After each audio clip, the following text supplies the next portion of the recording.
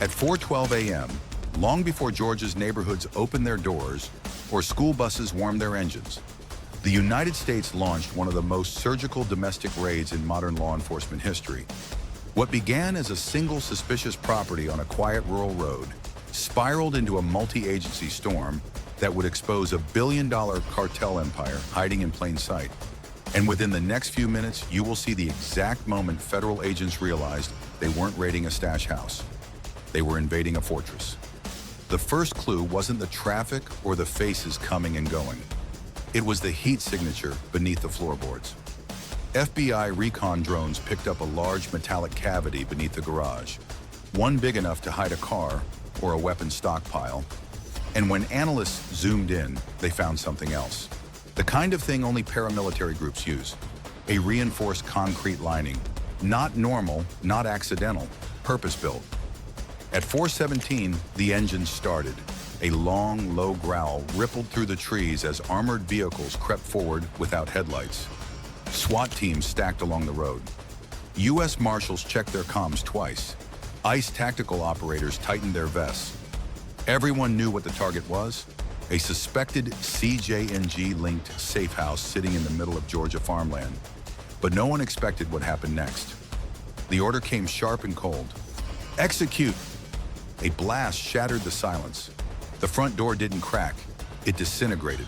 Flashbangs detonated so fast they blurred into a single rolling shockwave. The sky flickered white, then blue, then the unmistakable strobe of federal lights. FBI, hands up, now! For a split second, the entire county looked frozen in time. Then everything moved at once. Tactical units swept inside with flawless precision, clearing corners, breaching the basement, cutting power, covering exits. And behind that chaos was something deeper, a sense that this wasn't going to be a normal narcotics sweep. Within 30 seconds, the truth hit them. The walls weren't bare, the rooms weren't empty, and the people inside weren't low-level dealers. Agents found maps pinned to plywood, marked with routes stretching from Guadalajara to Atlanta. They saw encrypted notebooks, fake utility uniforms, burner phones vibrating with incoming messages. And then came the discovery that turned the operation from a raid into a battlefield recovery, a weapons crate, military grade, inside rifles, pistols, crates of ammunition, and a grenade launcher stored like a spare tool. No cartel in Georgia should have had this kind of firepower, but someone had armed them like soldiers. And this was only the first house. Before we continue, hit subscribe so you don't miss the rest of this unfolding operation. Because in the next section, federal agents uncover a secret worth $1.2 billion, and the cartel realizes America isn't negotiating anymore. The deeper agents moved into the house, the clearer the truth became. This wasn't a drug den. This wasn't a stash house. This was an operational command center that had been quietly running inside Georgia for years, and nobody in the neighborhood had noticed a thing. The kitchen told the first part of the story. Stacked on the counter were heat-sealed bricks of cocaine, each stamped with a symbol federal analysts recognized instantly, a Jaguar. The calling card of a CJNG distribution cell. The living room was worse. Bundles of counterfeit oxycodone were spread across the carpet, still warm from the presses that had been running hours earlier. Agents in hazmat gear confirmed what everyone feared. Fentanyl. Enough to kill thousands inside a single cooler. Then the discovery that made every agent stop breathing for a moment. A hatch, barely visible under a dusty rug. Reinforced steel. Welded hinges wrong size for a simple storage space. SWAT pried it open, and a blast of cold air rushed up the ladder. What lay below the house was something no one expected to find in a Georgia neighborhood, a fully built bunker. Concrete walls, ventilation shafts, racks of ammunition, crates of tactical gear, encrypted radios, and in the center, a steel table covered with cash and uncut powder. Someone had designed this space with military accuracy, and they had been preparing to stay underground for weeks if needed. Pinned along the walls were blueprints of highways stretching across Georgia, Alabama, and Tennessee. Every exit and choke point marked in red, delivery routes drawn with different colored layers, names written beside each path, couriers, drivers, lookouts. The cartel wasn't operating here. They were living here, and they had been doing so without making a single mistake. Inside a cardboard box under the table sat the final piece agents needed. A ledger, not numbers, not simple transactions. An entire financial ecosystem, safe houses, cash drops, offshore transfers, shell businesses that were supposedly selling appliances, tires, office supplies, but had not logged a single legitimate sale in months. One tire shop funneled $80,000 every 4 days into a shadow account routed through Mexico and China.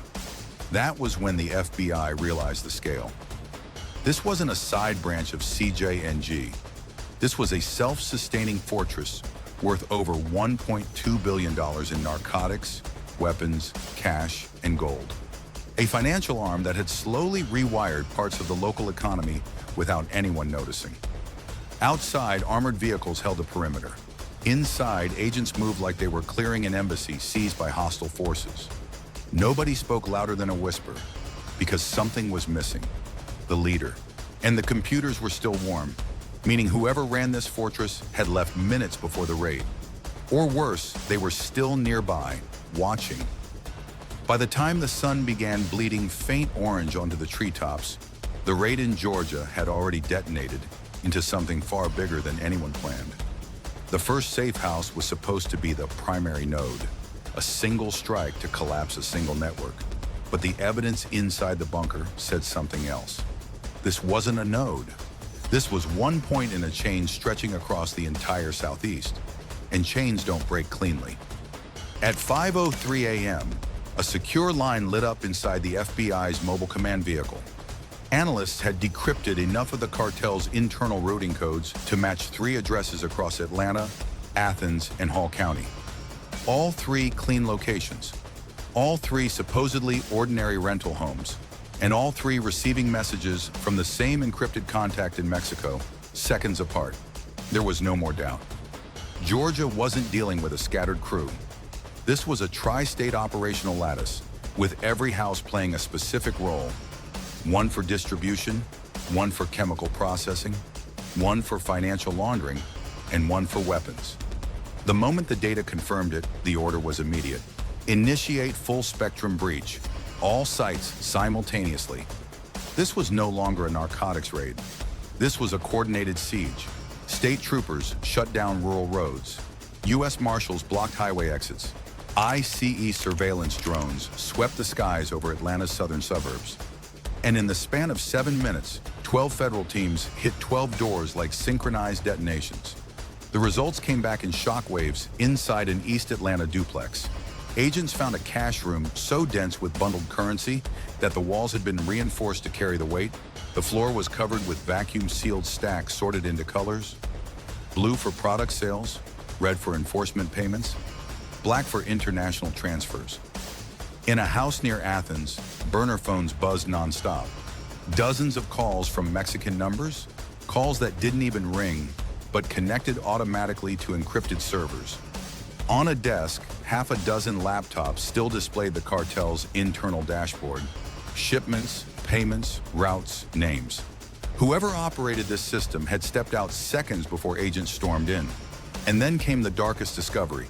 In a basement outside Gainesville, DEA teams found something no one on the task force had expected: a weapons cage, not rifles, not pistols, but crates of aftermarket armor plating, tactical radios, ballistic helmets, and ammunition stored with military precision. Each item cataloged, labeled, logged. A supply room designed for a unit of at least 20 armed operatives, meaning the cartel wasn't preparing for escape. They were preparing to hold ground. Agents knew instantly. The firepower recovered at the first location wasn't an outlier. It was a sample A preview, a warning. By 6:10 a.m., the combined seizure across all 12 sites had already surpassed every forecasted estimate. Cash, hard drives, weapons, narcotics, ledgers, forged documents, fake IDs, Mexican travel permits, and a chilling stack of American utility bills, all under the same 2 names, ghost identities used to blend into suburban life. The truth was now undeniable. The cartel had embedded itself so deeply across Georgia that removing one piece threatened to collapse an entire shadow economy. And yet, the most disturbing part wasn't the drugs or the weapons, it was the silence. None of the cartel's mid-level commanders were found, none of their high-value targets. None of the people who handled strategy, finances, or logistics. A billion-dollar empire does not vanish unless someone warned them or someone on the inside helped them disappear. By late afternoon, the warehouse-turned headquarters felt less like a command post and more like the front line of an undeclared war. Evidence tables were stacked with everything a foreign cartel had tried to hide. Crates of cocaine, mountains of counterfeit pills, gold bars wrapped in grease-stained cloth, pallets of ammunition, and the cold metal shells of 2 grenade launchers that were never supposed to appear on American soil. Yet the most important discovery didn't sit on a table. It came from a sealed hard drive found inside the cartel's primary safe house. When forensic analysts finally broke through the last layer of encryption, the screen pulsed, went dark, then displayed a single message. 3 words: no codes, no symbols, no misdirection. Phase 3 ready. It wasn't a threat, it wasn't a warning. It was a statement of intent. The cartel wasn't collapsing. It wasn't retreating. It was shifting, adapting, preparing for a new strategy that federal agents had not yet fully mapped.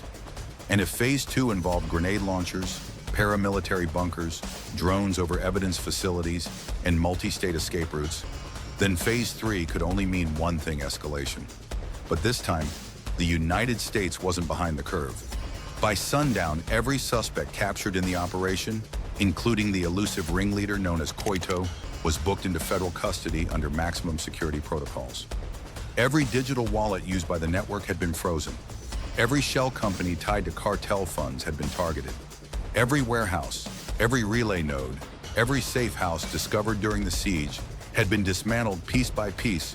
Georgia's fentanyl pipeline wasn't damaged. It was severed.